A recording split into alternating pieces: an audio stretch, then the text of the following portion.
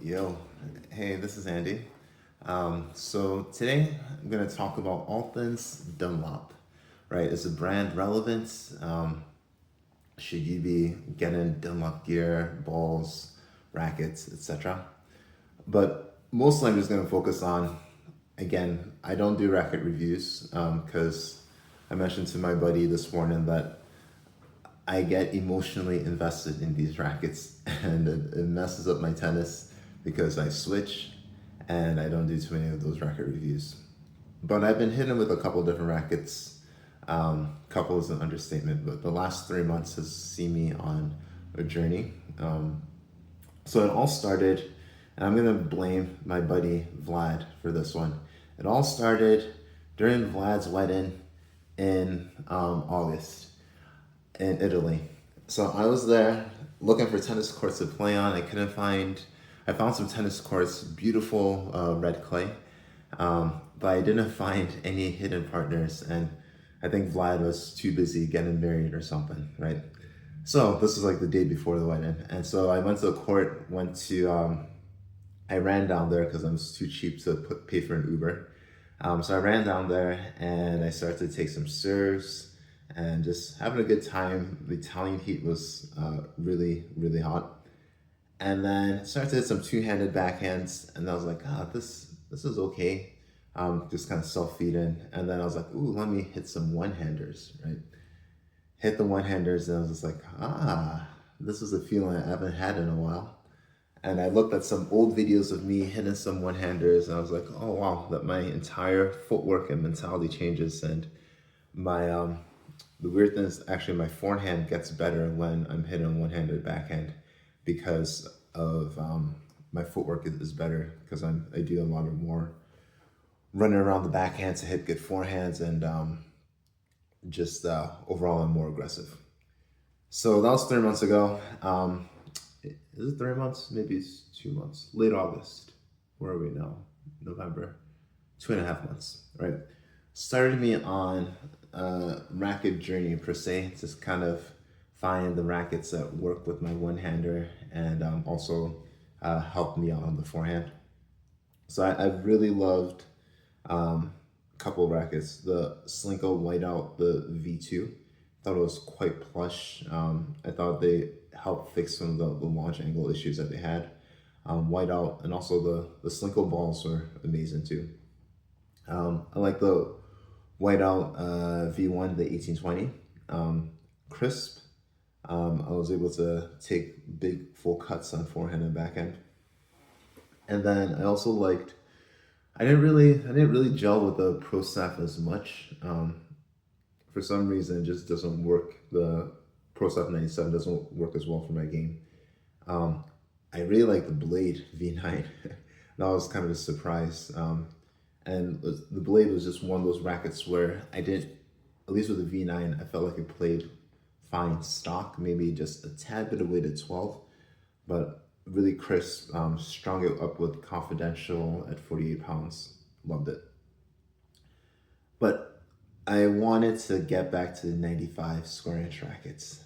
And I remember using my Yonex V cores.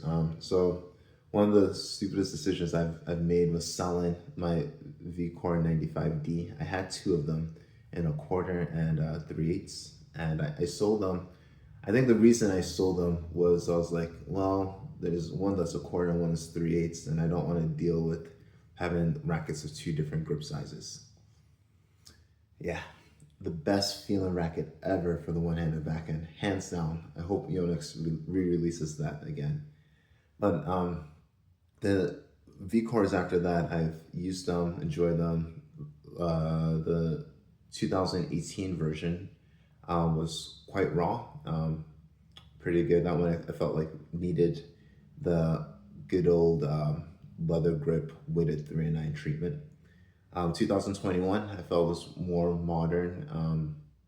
I enjoyed that one in terms of I was getting like I didn't really need so much weight. I didn't need to necessarily add a leather grip.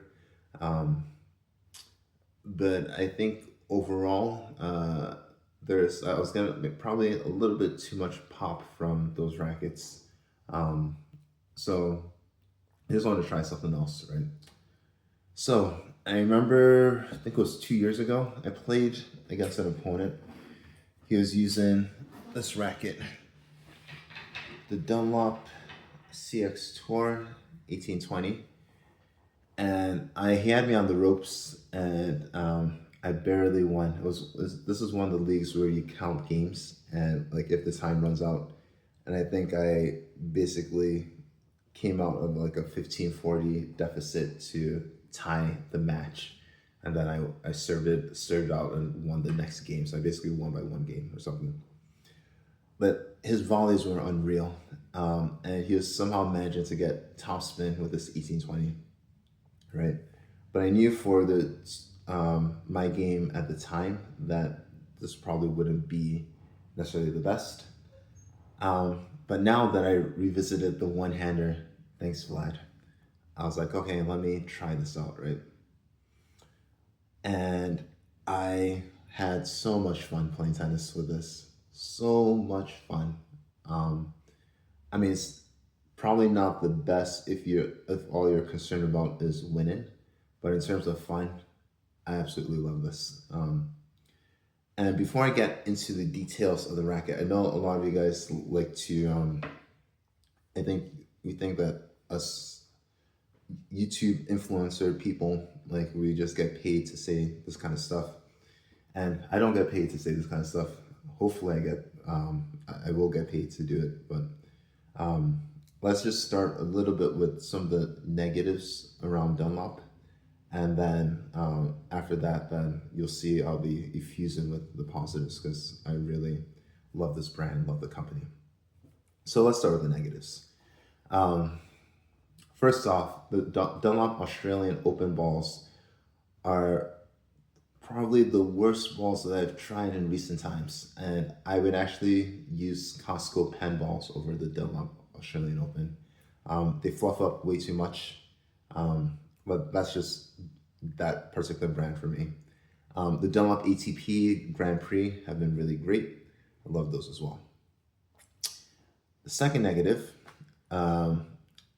a lot. So I've used the SX rackets. I've used the CX, and they really should sell them with lead tape, like give you your roll of lead tape or tungsten tape to help customize the rackets, because a lot of these were the SX I think was like 305 or 308 swing weight strung. This was like an SX Tour. My CX Tour, this was around 308 strong for an 1820. So for most like casual tennis players, I think this would be a negative. But for me, it's actually a positive because I like customizing the rackets to exactly what I want. Right. So those are the two negatives I have. Third negative. This one comes with a leather grip, and I felt like it was, at least my preference, I could feel the bevels a little bit too much. So I prefer if they didn't wrap it as tight or if they actually use a softer leather grip. So those are my three negatives. All right, now that's done, let's talk about why I love Dunlop, right? So they are the best delineated brand in terms of rackets. They have the best defined lines. So their control line, and when I say best defined, I mean that it's clearly defined what each line is, and within each line they have an extreme version that's truly extreme, right? So if you want to tap into your power, your spin, the control, they have that. All right, so let's start with the SX, right? The SX is just nasty in terms of spin. Oh, when I play tested it, I was just like, wow, like you just really wanted to swing all out. I believe I tried the SX Tour. And when I was going all out with it, like, I mean, the ball was just, huge neck clearance and the ball staying in. And really, really good for if you like that sort of game, that spin player, right? The FX, I've tried the current version and also the one that's coming out this week. Shout out, by the way, like if you are going to buy the FX, go to icontennispickle.com and purchase it through us, because we not only would we get the racket for you, get it customized and everything, but we're gonna get it to your specs. So whether you want like 320 and 325 swing weight, whatever you want, we can do it for you, right? So the FX is probably the best line in their entire lineup. Really easy to use. I remember just picking up the new one and just I was like, wow, easy power on the forehand, not stiff, right? I could place the ball where I wanted. Backhand, I think I would have used a little bit of weight, or maybe swapped out the grip for a leather grip to give me a little bit more of the feel I want on the backhand. But just really easy to use overall. Serve, again, easy to use. So that's their power line, the FX. I think that's the one that most players would probably benefit from using. And now this is their control line, the CX. And within the CX, they have the CX200, the CX400, and maybe some other ones. But they have a 98 square inch one. And I think that one, I have not used it, but I like, based on the way that the 200 is, the 95 square inch one, I think that's going to be a really, really good racket for those who value control, but they still want a little bit of pop from the racket. But what intrigued me was the 95 square inch one, and my late uncle used to say, one of his quotes was, "If you're gonna eat a pigeon, eat a fat one," right? So what that means is, if I'm gonna go control, go all in with the control, and that's what this is. 95 square inches, CX200 Tour, 18 by 20 string pattern, which I like, and 315 grams, right? The beam thickness on this, I think, is 20.5, right? So it's not as thin as the blade, and I think that helps a bit with the power. Stiffness is 65, right? But this was like extremely, extremely underpowered, and I knew from the start, so I didn't even bother. I think I played with it briefly stock, like maybe for 5 minutes, but when I got this demo, I just slapped on 6 grams at 3 and 9 to bring the swing weight up to about 320. And for me, that was essential because that helped with a little bit with helped a lot with the stability, and then I was still able to swing this racket fast because it's so headlight in stock form. Now let's talk from the ground up, right? Because I'm not going to show you too many videos. It's just like of me playing, because it takes time to do all that processing and stuff. But I'm just going to go into nitty gritty about the details of the racket, right? So if you're a two-hander, right, this racket is awesome in terms of the handle, right? Most rackets that I've used recently, and I've liked, by the way, like my Wilsons, my Slinkos, they're a bit short on the handle side. And let's see if I could, yeah, I have a blade right here. So let's compare and see, right? So this is the blade, and this is the the CX, right? So you can see there's a good, maybe like a good inch of space on, inch or 2.5 centimeters for the rest of the world, right? A space between the blade and the Tour, the CX200 Tour. Right, so for two-handed backhands, like, this is great, especially for people with big hands, right? Because I could actually wrap my entire hand around it. Okay. Now, to go back to the grip, right? The demo came in 4 1/4. I like a bigger grip size. I like 4 3/8. So a couple things I tried. I tried put in the heat shrink wrap, right? But that added, it's like a lot of weight, maybe like 13 grams. And this was already headlight enough. So I didn't necessarily like that as much. And so the other thing I mentioned was the Dunlop grip was a bit like it was a bit tight, and like I felt like I could feel the bevels a little bit too much. So I used my favorite leather grip, which is an RF leather, and I wanted to build up the grip size, and also keep it nice and soft. So that's why you see this space here, because I actually um, like had a lot of overlap as I was wrapping the leather grip, right? When I do, or if and when I do get the racket, I'll get it in 4 3/8, but still use the RF leather. All right. So grip overall is a definite win. Great for the two-handers. I mean, it's still not an extended racket, but it's like just awesome for two-handers, right? So now weight the customization. I put the weight at 3 and 9 because I just felt like I wanted that stability, and like for my back in my Yonex V-Core 95D days, that was the way to go. Leather grip weight at 3 and 9, feel nice on the back end. And in terms of how this feels overall, I have a strung now with Slinko Mach 10 at 46 pounds. I feel like serves like are really really good. You got it swings fast, and then just got to use the mass of the racket, and you're gonna get like really good plow, good slice. Top spin is okay, but I felt like it was kicking pretty good, especially using the Costco pen balls I was using this morning. Somehow it still got some kick from it. Um, this is not an endorsement for Costco pen balls. Definitely don't buy them. I like Wilson US Open or Dunlop Grand Prix, and also Slinko new balls. Um, Forehand, right?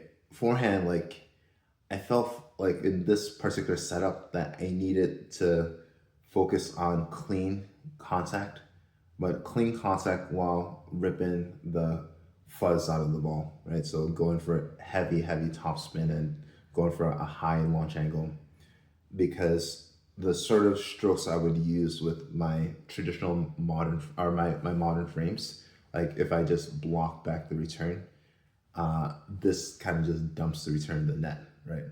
Either like if I, let me rephrase that. If I take sort of like a flattish swing without putting a lot of upward trajectory, this dumps the ball in the net. If I just block the return without conviction, right, this the ball sails long. So like what I found was like you really have to go after ripping your shots forehand and backhand. I think I had a little bit more control in terms of like I could take maybe 60% of my swing speed, and I still got a decent ball forehand. And for some reason, I needed to go after it. What this racket really shines in is serve and in volleys. Um, Volleys were crisp. I love this. Great plow throw on the volleys, yet I still had the ability to have some really good touch. My backhand, I really like the one-hander with this. I felt like I really, as long as I struck the ball cleanly, I really could not hit it long, right? And just provided that low to high on the swing, I think was good for clearing the net. Slice was decent, and overall, like the most important thing was it was just a joy to play with, and just I normally don't bring back these stories, but I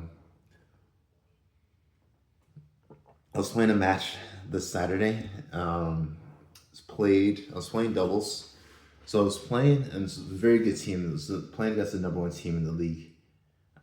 They were beating us. I think we lost first set 6-1, and then they got out to an early break in the second set. And at some point, I was using this for like the first time, like a real second time in the match, and I just found the groove, right? I started to connect, right? And I started to go for the forehand, and I was hitting it inside out, inside out, inside out, inside out. Volleys were getting much better. And I think there was one point where I actually went and was like a deuce point with no ad, and they were serving to me on the ad side. I was trying to go inside out with the forehand, but they jammed me and I just rocketed down the line and did one of these like poses. And I was just like, I was so happy. And that's the kind of like the joy that you get from using one of these like control sticks where it gives you nothing, but you just have to rip rip the fuzz out of the ball to get the most out of it.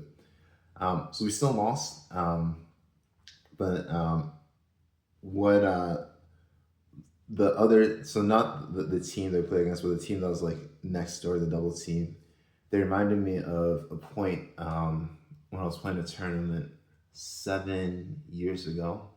And at that point, I hadn't won a singles tournament before. I remember exactly, I was using my Pro Staff 85 strung up with Wilson Revolve at 36 pounds. I think I was using the 16L gauge, right? So we're playing, this guy remembered that I played him. I didn't remember the details of the match per se, but I just remember that I played really well. But he told me that, yeah, that he was up 5-2 and like 30 love, right? And using my Pro Staff 85, and then for the rest of the time, I just served and volleyed and chipped and charged the entire match. It was just only one set, and then he didn't win a single game. After that, I think I won 7-5, and then went on to win the championship, right? So I bring that story back to, that's the sort of feeling that I get with the Dunlop CX200 Tour. That sort of joy, that sort of elation, and I remember that because that was actually the tournament after my son he was 1, right, at the time, and it was so nice to see him watch me in the finals and get that trophy. So that's the sort of joy that this racket brings, and the memories that it brings, because it reminds me a lot of the 85, the Pro Staff 85, and the sort of all-court game, kamikaze to net, really going after your shots and playing high-risk, high-reward tennis. So that's my review of the Dunlop CX200 Tour. Would I recommend it for you? Maybe, if you like this, if you like this type of game that I like to play. But it's been so much fun hitting with this, and I look forward to hitting some more.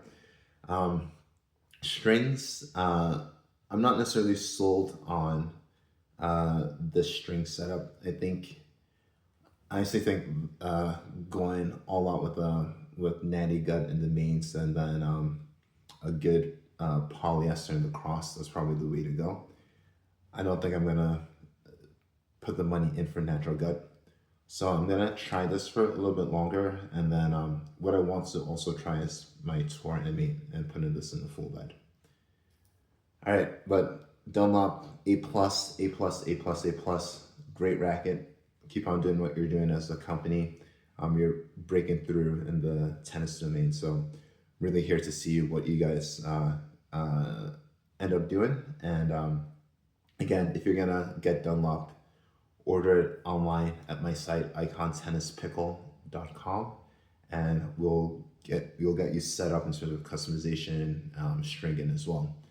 So there it goes. Play smart and see results. This is Andy from Tennis with Andy.